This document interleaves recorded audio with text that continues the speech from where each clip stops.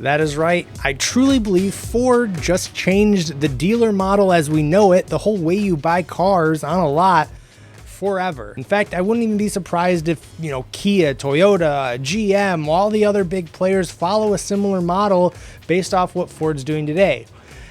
I'm going to get into all the nitty-gritty of what this means and all of the good stuff surrounding the announcement of Ford Model E.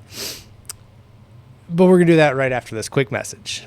Hello guys, this is a quick message where I say, please consider subscribing to the channel. It's one of my favorite things to do is make these videos for you. I just noticed like 80% of you guys who watch these videos are not subscribed to the channel. So it would mean a lot if you consider clicking that subscribe if you're one of those people. If not, hey, no worries. Let's get back into the video.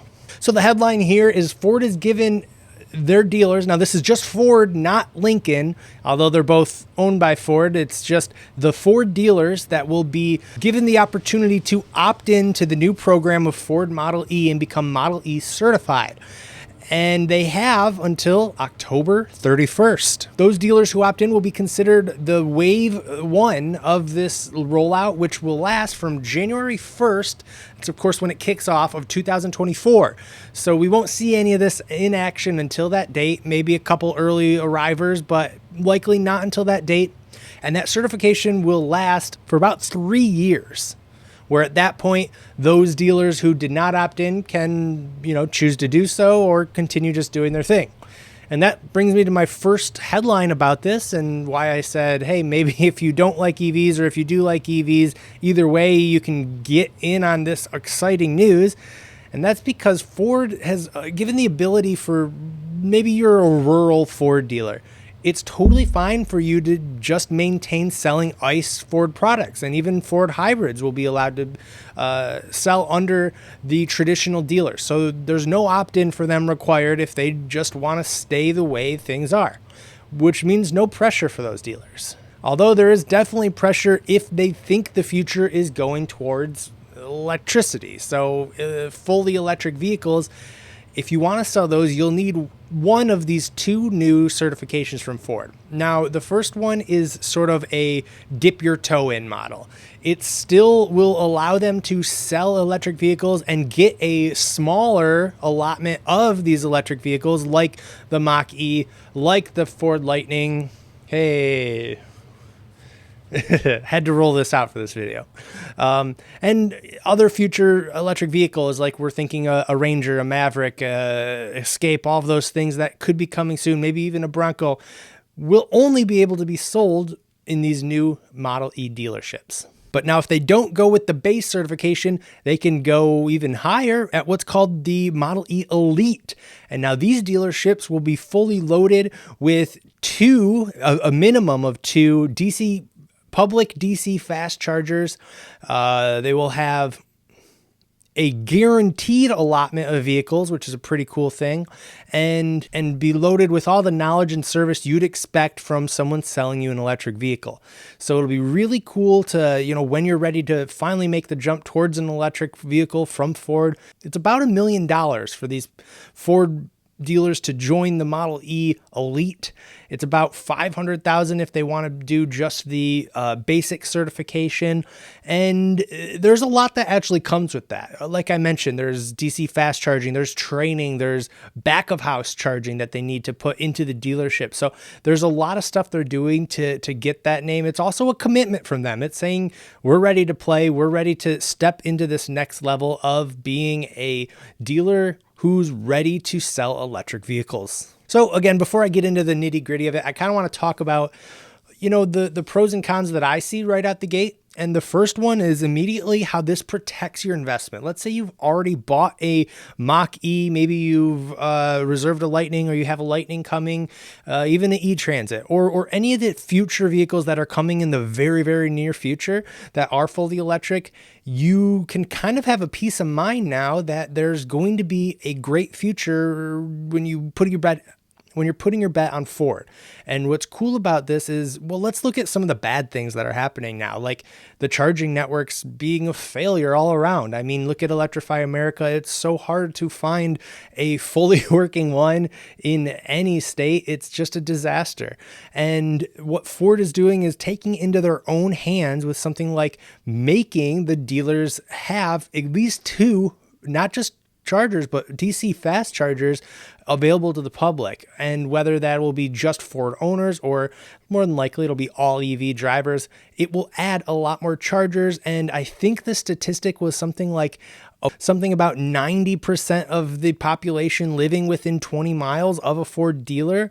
That makes this an awesome addition to the network and securing your investment and making you feel like you're going to be safe. You're going to have a lot of places to charge. And this is just in addition to all the other charging that already exists. So it's really cool to see that. And when you look contrasting with someone like Rivian, let's say, they don't have this network that they can flick a switch like this and make their dealers, opt in and start popping up chargers. They're doing a good job. Rivian's trying to get a great charging network out there, but it's hard. Now, on the flip side, if I had to find one negative, I think I just have to point out the fact that this doesn't start till January 1st, 2024. And there's a lot of work to be done before then. And in fact, that's just when it starts, the certification starts. So we might not even see these pop up till after that. So if any new electric vehicle comes out, it's going to be a rough rollout still until then. There's going to be a lot of trial and failure, and it's going to be tough for the next couple years, even past that 2024 kickoff date. But it's good to know that there's hope, and that's what we're looking at here. Now, the other thing that they're doing to combat some of let's just look at the Lightning, for example. I mean, the two of the issues that I like to point out anyway, is the fact that, one, availability was really awkward. I mean, some dealers got one, like my dealer, allotment of the Lightning, and then some dealers got like 20. And that varied based on their location, their sales reputation, if they were in a zero emission state. So it was really hard to kind of gauge, did I make a purchase at the right dealer? Should I have went with the guy, 20 miles from me, or did I make the right call? Well, this will kind of eliminate that, because if you're looking for an electric vehicle versus someone who specializes in selling just traditional F-150s, for instance, you'll be able to look, they're Model E certified, so I now know to go to them. So they're going to not only have a better experience buying, but they, like I mentioned earlier, will get a guaranteed allotment of these specialized electric vehicles. So if you go to one of these, you're going to have more confidence that you won't have to wait forever until a vehicle magically appears on their lot 2 years later. So that's really cool to see. And on the other side of this is the pricing that comes with it. And what Ford's doing is, as one of their pillars, which we'll get to shortly, they can't mandate what they sell, but they can strongly encourage these Model E dealerships to start selling at MSRP, or what they're calling just a fixed, transparent, non-negotiable price. Now, I just mentioned those pillars, so let's dive into what those actually are. What do you mean, Larry? Now, the first pillar that they've mentioned was training. And this is where they want to get a lot of their dealers to know what they're talking about. These vehicles are very complex. I run an electric YouTube channel, and there's still so much charging data statistics that I'd like to think I understand, but there's a lot of the nitty gritty that I don't get sometimes. So this is pretty complex stuff. And I mean, a traditional motor is also complex, but they've been around long enough the general Joe Schmo knows the difference between a 4-cylinder and a V8 or whatever. So I think it's really cool that they're going to invest in training, so those people who are kind of on the fence or not nerds like us who, make and watch electric vehicle videos, they can educate them and make it not as scary, because it's hard to believe, but not everyone's early adopters like us. And in fact, most of the population's the opposite of that. And they want to see it fail or succeed before they even consider purchasing some new technology. So the training is really key. And that's, I think, why it's the first pillar listed here. And this next thing is something that I've already talked about, the charging. It's so cool that they're doing this. I can't get over, this is the highlight for me.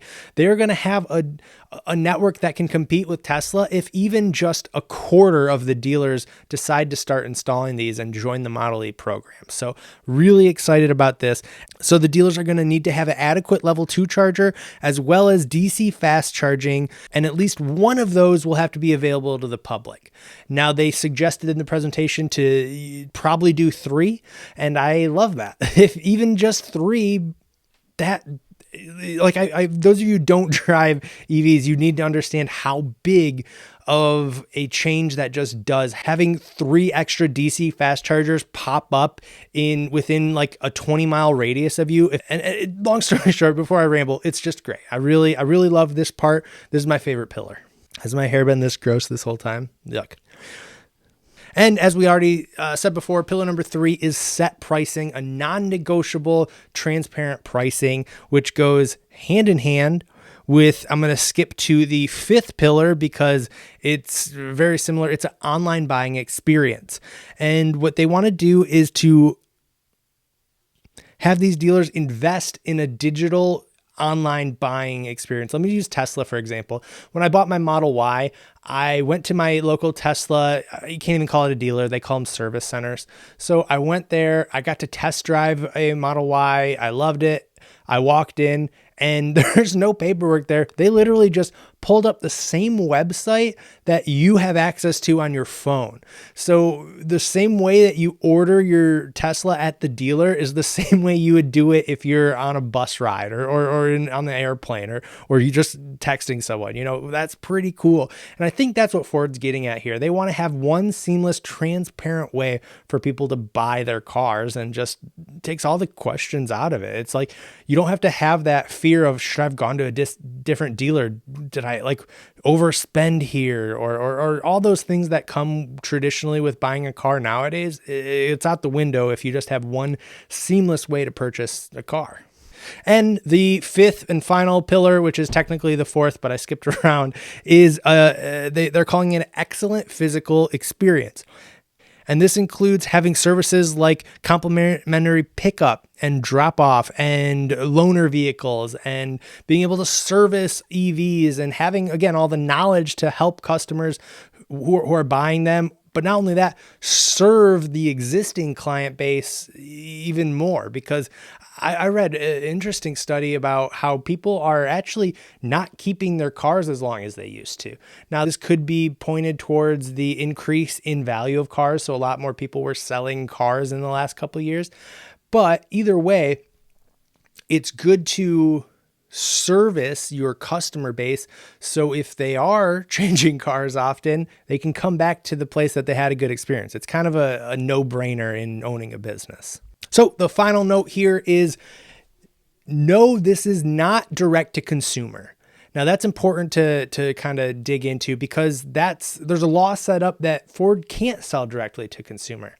But what they're doing is taking a rein in on their dealers, and what they're doing is using the switch to an electric future as a way to kind of smooth out the, what do we call it?